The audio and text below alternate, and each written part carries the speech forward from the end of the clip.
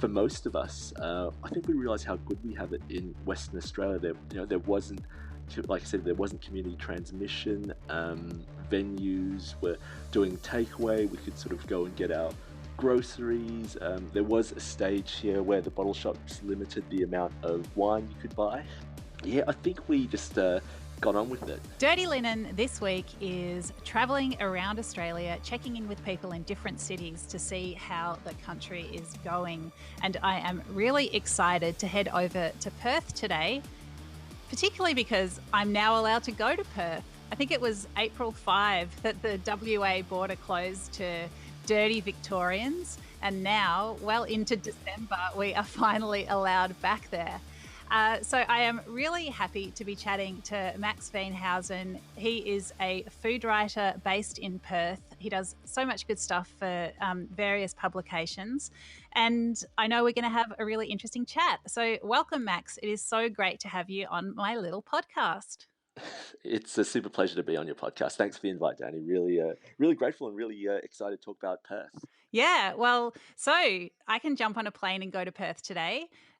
Just letting you know that I'm from Victoria, so I wear a mask. But if I fly to Perth, tell me what I could expect. Well, from what I understand, I've been to the airport for a long time, which so I probably wouldn't be able to tell you what's going to happen at the airport. But once you leave the airport and you get to beautiful Perth, right now there's a lot of sun. I can't see a cloud in the sky. You're probably going to see a lot of people wearing summery clothes or at the beach. You can see a lot of happy people, and you're probably not going to see, and I don't know if this is bad of me saying this, a lot of masks. I think, we in March during the lockdown, masks, gloves, they were all a thing. Everyone was being really diligent, but I think as things sort of progressed, and we've been really lucky that we haven't had any cases of community transmission here in Perth. I think people just got a little bit more comfortable, and I think May 18 was when restaurants reopened here. You could start with like 20 people, and there was contact tracing and social distancing and distance between tables. But we've been so lucky. It's been moving closer to what was considered normal since May 18, and now it's kind of it's pretty good out west. Restaurants are busy, bars are busy. There's a lot of people everywhere, and sometimes I'm looking around going, oh, there's probably a few too many people at some establishments, but you're probably going to see a city that's having a good time and feels very grateful to have dodged a bullet in the same, unlike, unfortunately, other cities around Australia. Yeah, well, and certainly around the world. But I mean, all power to you.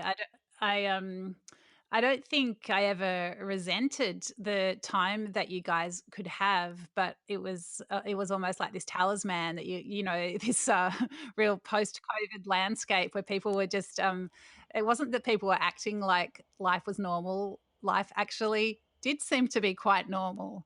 And yeah, I mean, what a blessing. So are there any restrictions for restaurants at the moment?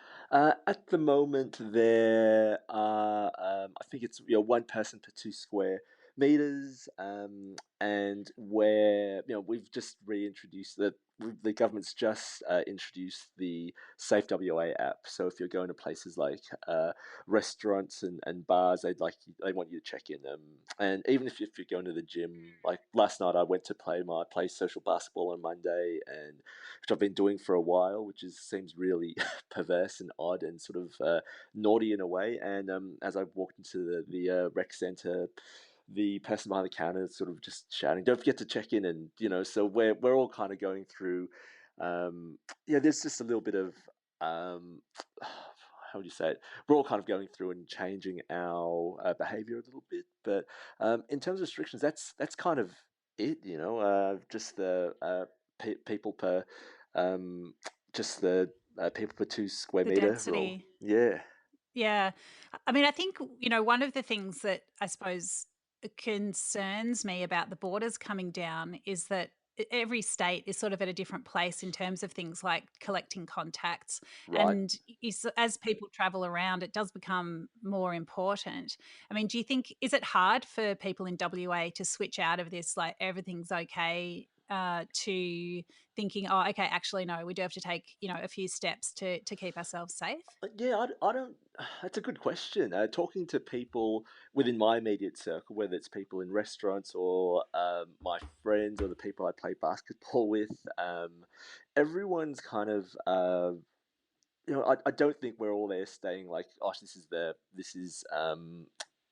this is a disaster. We're going to be. It's like a big change to our lives. I think it's more like people are going, oh, this is just something we're going to have to get into the habit of doing. And I feel like everyone, we probably realize how lucky we've had it, and part of that is luck. Part of it is some pretty stern decision making by Mark McGowan, and I think we're all kind of aware that we've seen how tough it is elsewhere in the world, just not just in restaurants, but just in day to day life, and I think everyone sort of gets it that doing doing these things like checking in with this Safe WA app, it really in the grand scheme of things isn't a big deal. So I think we're just happy to keep doing whatever we have to Mm. do just to keep things safe, and I think that one thing I've sort of been really sort of impressed with, and states have their own little rivalries, and I think WA and Victoria have one that goes back to AFL, like footy, but a lot of the vibe here is kind of where it hasn't been like we're sort of going sucked in Melbourne. Everyone's kind of going, oh god, this is awful, and we're stoked that Victoria is like doing the rest of the country a solid by, and Sydney and everyone that's kind of done something, but that's sort of locked down because it's we have to sort of work on this together, and I feel like there's been a real sort of show of solidarity in a way. We've had venues here that have done bars that have done fundraisers for places in Victoria. A cafe just opened, and the barista there was saying, "Look, we want to support local roasters, but we're also buying more Victorian beans than usual because we want to show some love to the East Coast. It's doing it hard." Yeah, so I think it's been really nice to see that. Yeah, we're good people here in WA.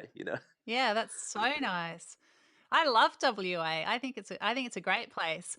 Ever since I was I don't know, like 18-year-old roadie, story for another day, but got the is it the Garn, the train that goes all the way across?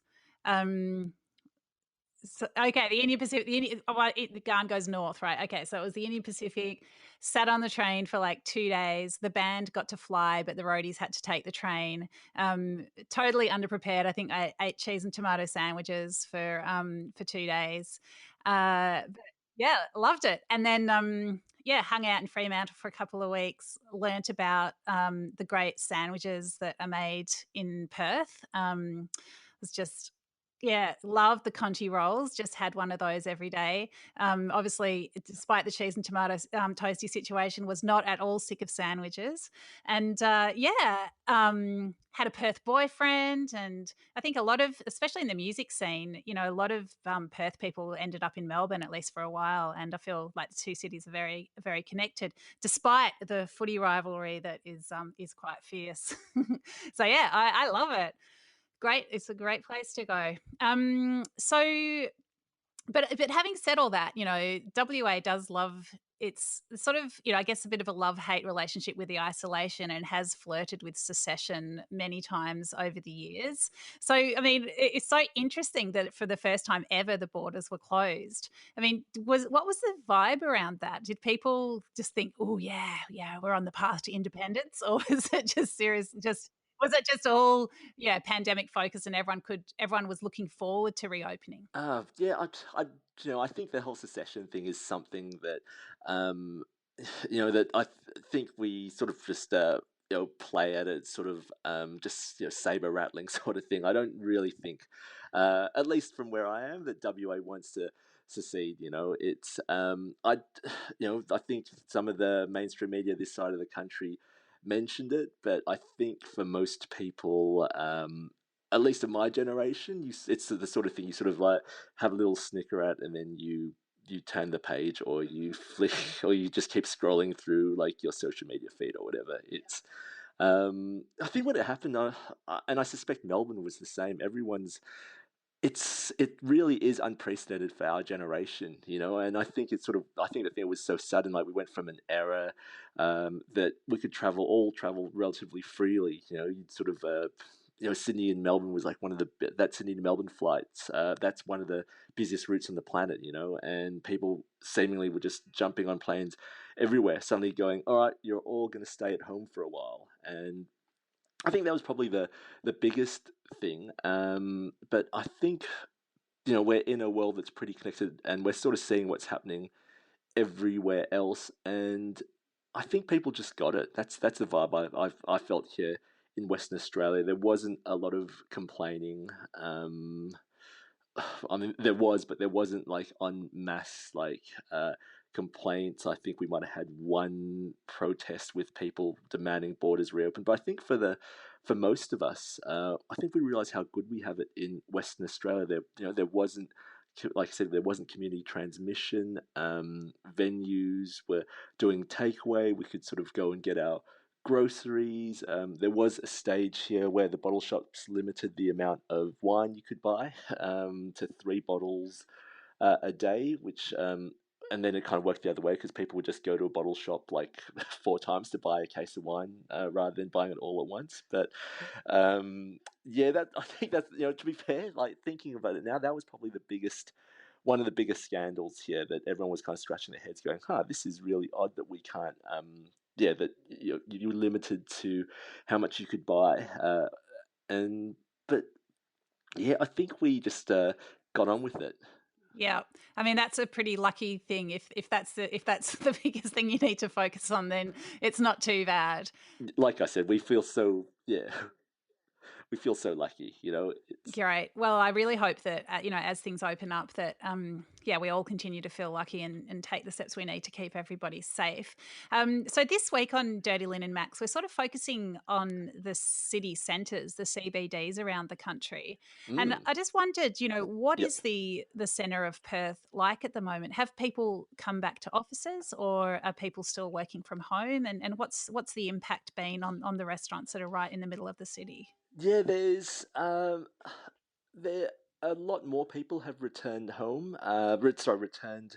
A lot more people have returned to offices in the city, but I don't think it hasn't been like a reverse exodus. I'm trying to think what that word might be, but they haven't all returned, and there's still a lot of people working from home, and not just in Perth, but I feel like nationally and internationally, this pandemic's probably shown a lot of people that we might, do we need to be in offices all the time? Do we need to be on planes as much to go to these meetings now that we've got, we're all familiar with Zoom? Yeah, I don't know. But right now in Perth, it's actually super vibrant, and part of that I think is because it's Christmas.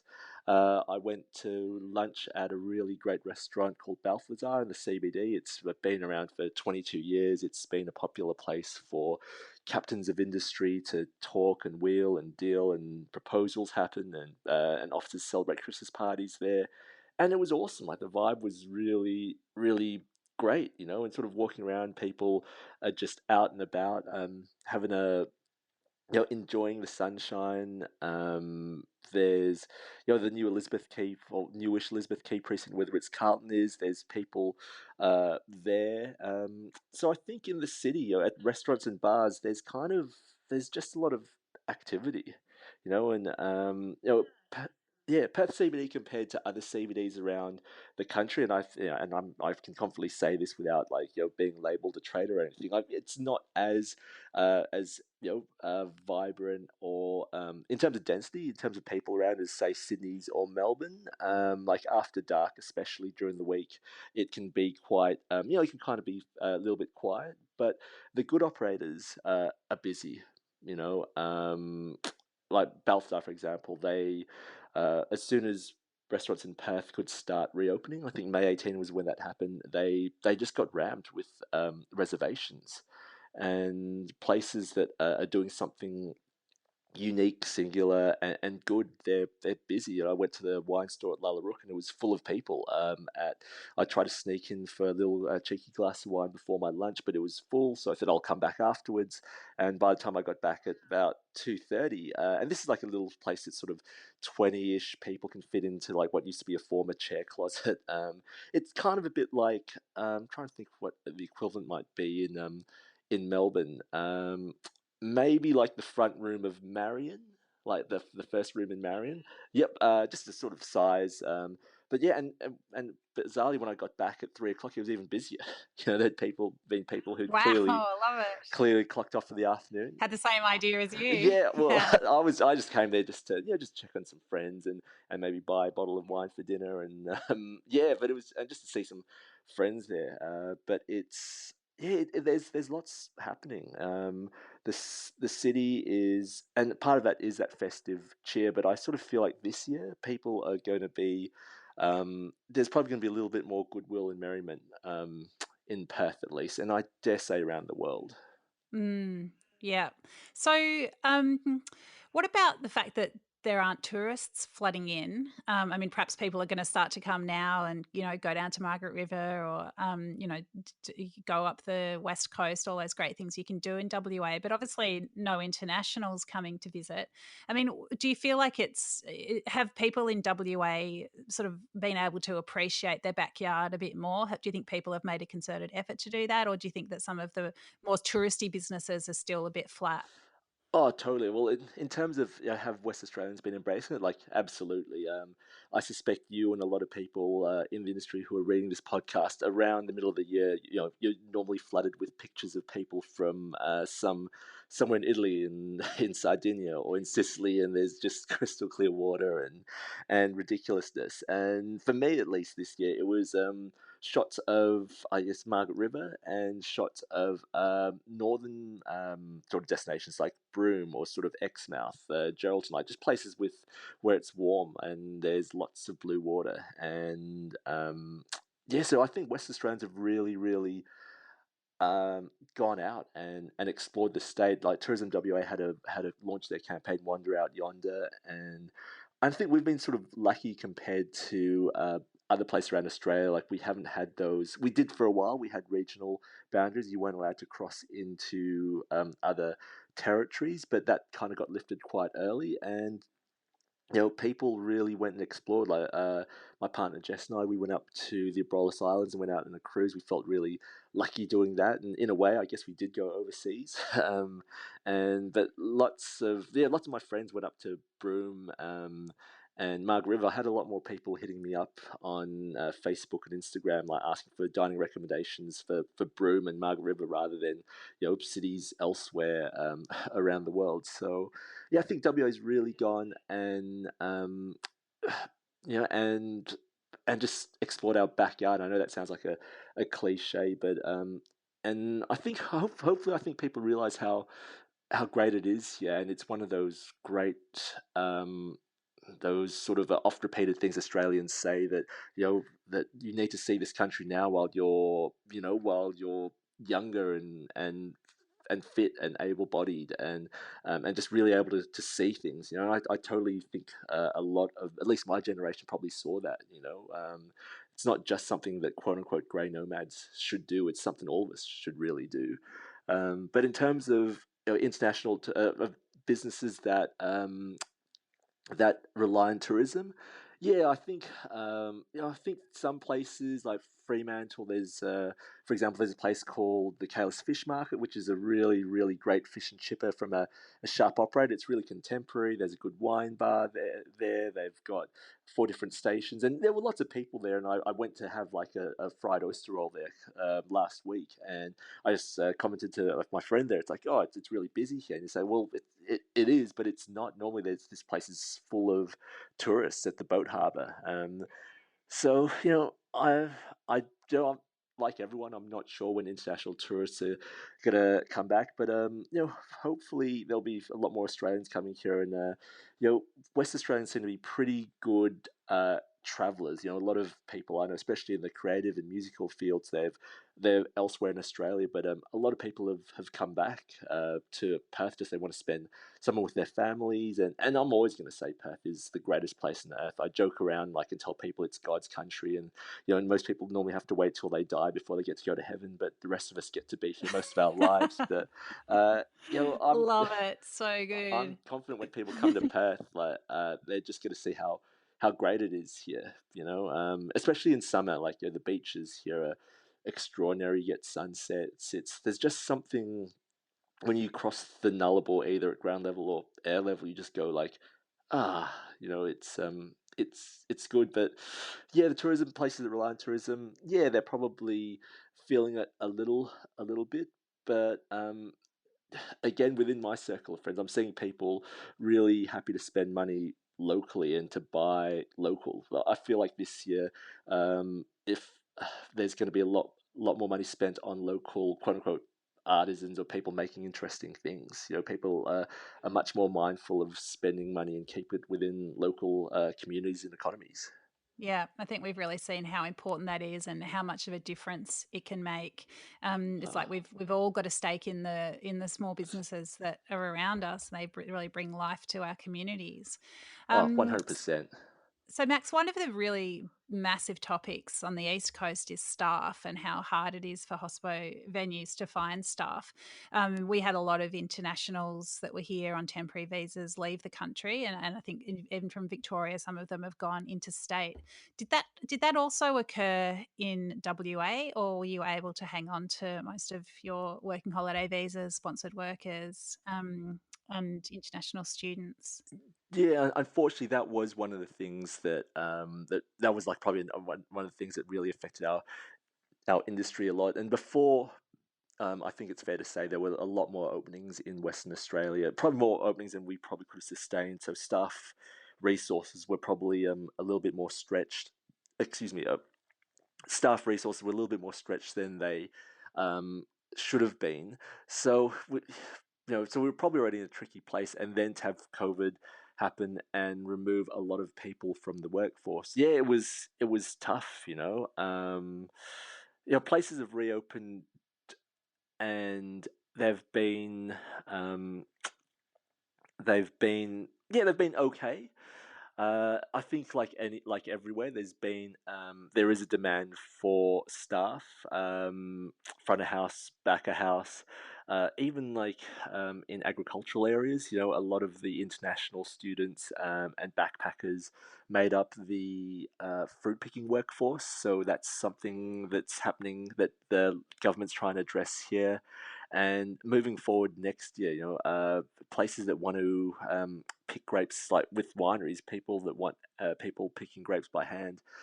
I think that's going to be an issue going forward next year, if unless a whole lot of people get let back into the country, or a lot of locals feel like heading out to the country for a little bit, which wouldn't be a bad thing. I mean, it's yeah, vintage is a fun time, and as is pruning and all the other stuff that happens the other 11 months of the year in winemaking. But yeah, it's been just talking to other chefs, like international students had found it tough. They've all sort of there've been a few side hustles. It doesn't seem like to the same extent that Melbourne's had. It seemed like chefs all over Melbourne just they somehow it was a total fight or flight response, and I saw Yeah. some of the things that happened, like babkas, like curries, there's all sorts of really cool Hmm. things. So Yeah. yeah, Well, they had to. I mean, it was fight or flight, and flight wasn't necessarily possible. So it was done out of necessity. But as so often happens, when things are done because there's no choice, they end up being pretty ace. And yeah, a lot of those micro businesses have continued, or I'm sure they'll sort of pop up again when chefs are between jobs or people are between jobs. But yeah, it's pretty. Yeah, I mean, uh, that I know that I know that we haven't treated our internationals right, and yeah, a lot of businesses are really struggling to fill those positions now. Um, But Max, I really want to chat to you about the food media landscape because obviously it's something that we can meet on. That it's a pretty interesting space. So you're freelance, as am I.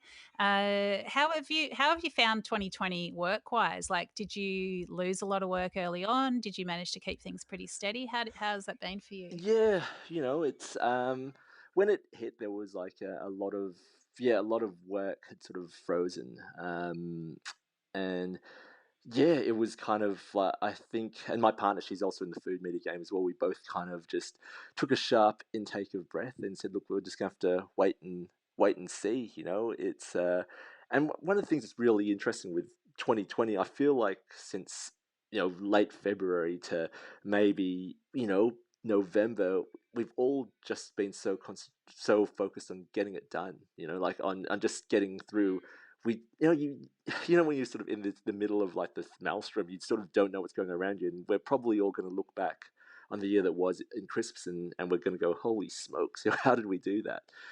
Which I'm actually kind of looking forward to. I think none of us sort of realize how much graft, how hard collectively we've pushed as an industry to sort of get through this, which I'm kind of like looking forward to. But yeah, the work situation was tricky. I mean, and again, you don't need me to tell you that it's a precarious time to be someone in the food media game. Kids, if you're listening to this, rethink your decision, your career choices. Become a celebrity before becoming a food writer or anything. But it's yeah, it's been tricky, but yeah, you know, I've just been lucky. I've had some, um, broadsheet really kept me busy through it, getting to report on. Considering for months restaurants were closed in Perth, there was still quite a lot to cover. I think it's changed in the sense that, and again, that I know, and blah blah blah. That for a while, so much of the discussion was around openings, was around being first to the flag, all that sort of thing, and that sort of journalism gets clicks. There's no doubt about it. But one of the things I sort of was really moved this year was the amount of additional reporting, I guess, or that the food discussion, at least the discussion that was sort of being led by the media and us journalists, sort of got a little bit wider. We would talk about like different things, and there were lots of really good feel good stories, And I'm going to say it, and I'm sure you might edit it because it's your podcast, and you're going to be, you might be embarrassed, but the stuff you were doing, whether it was a soup kitchen or constantly like flying the flag for uh, giving a voice to those that didn't have voices, was super inspiring, and I sort of feel like that's the idea now to me of being a food writer isn't necessarily about going to a restaurant and giving it a score out of 20 and saying the steak was a tad salty or anything. That's only a very very small part of writing about food, and now I sort of feel like maybe this year, it, as well as sort of teaching us about community, it sort of maybe made it possible for the food discussion to be a little bit more diverse, a little bit more inclusive, just a little bit more far-reaching in the things we talk about. That's my great hope. That's my dear Santa letter. But you know, Yeah, well, I think definitely diverse stories and diverse voices that are telling those stories is has been a big conversation in food media this year. And I'm sort of carrying around in my bag the great new voices on food book that Lee Tran Lam has put together with some really fantastic people that whether they're up and coming writers or they're people that are working in the food industry. People, I think, one thing that I'm sure we can meet on as journalists is that everybody's got a story, and it's just about bringing those stories to light. Whether that's as a journalist who's standing beside someone as they share their story, or whether it's a person telling the story themselves in whatever forum. I think it does us all good to hear from more people and to have more diverse stories told. I mean, that's the world we're in. And I think one thing the pandemic has showed us is that we are so connected, if only by germy droplets, that's shown us, that's such a basic level. Like, we really do share this world, and we can keep one another safe, and we can also make create unsafe spaces for one another in all kinds of ways, whether that's in a basic health situation or whether that's in feeling marginalized. And I agree with you that this has been a fantastic opportunity to bring untold stories to light, or to help people who haven't yet been heard from to tell those stories themselves. So I do wonder where it's going to take us, because it still is, financially, the media landscape is still working out how to not how to move away, I suppose, from that sort of clickbait that you spoke about. Not that those stories aren't valid, but to move beyond that and to broaden out from that, and to be financially viable, but to do some of the really important work that can be less digestible. It can take longer to produce.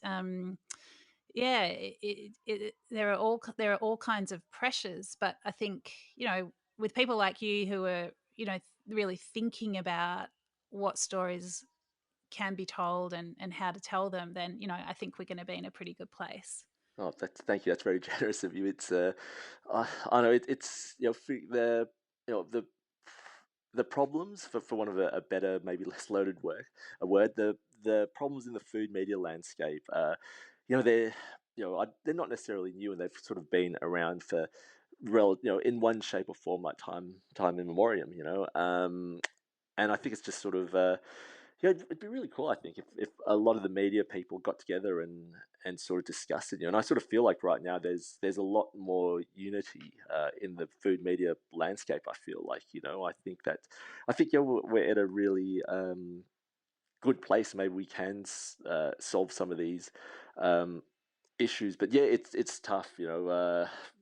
You again, what the realities are of doing what we do for work, and sometimes those stories, and like you said, they're completely valid. Sometimes those opening stories have to be told. But yeah, I do.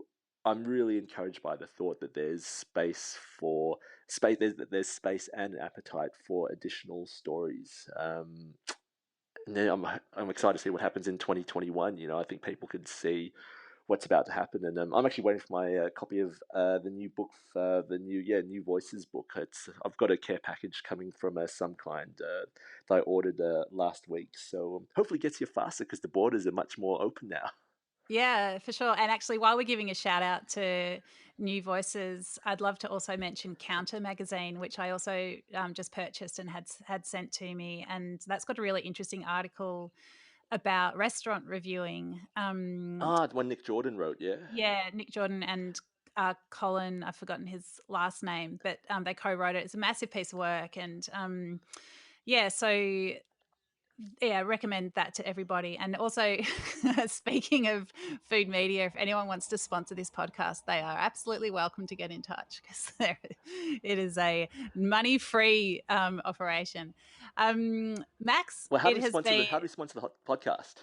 Oh, I don't know. Just like message me, and I'll put you onto my producer, and he can talk. He can play hardball with you. But no, I've got no idea, honestly.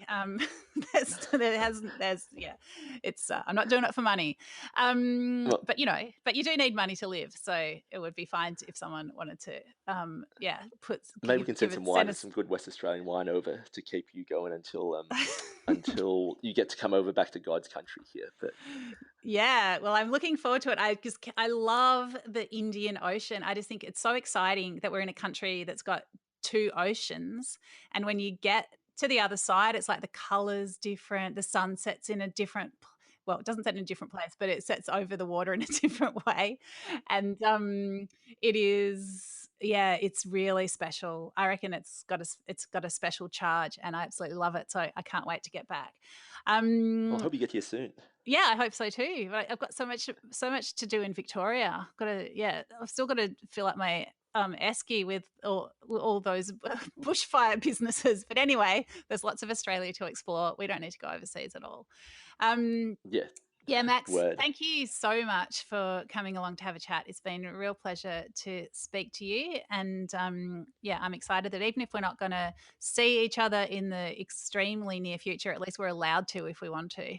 The hope is there. Thank you. The hope is there. But yeah, thank you. It's been a super pleasure talking, and yeah, guys, stay safe, and to everyone, Victorians, West Australians, everyone in Australia. Let's yeah, we're so lucky. Let's make the most of it and support those around us, and keep our community strong. Could not agree more. Thank you so much, Max. Great. Thanks heaps. See you soon. Bye. This is Dirty Linen, and I'm Dani Valent. We air the issues that the hospitality industry finds hard to talk about.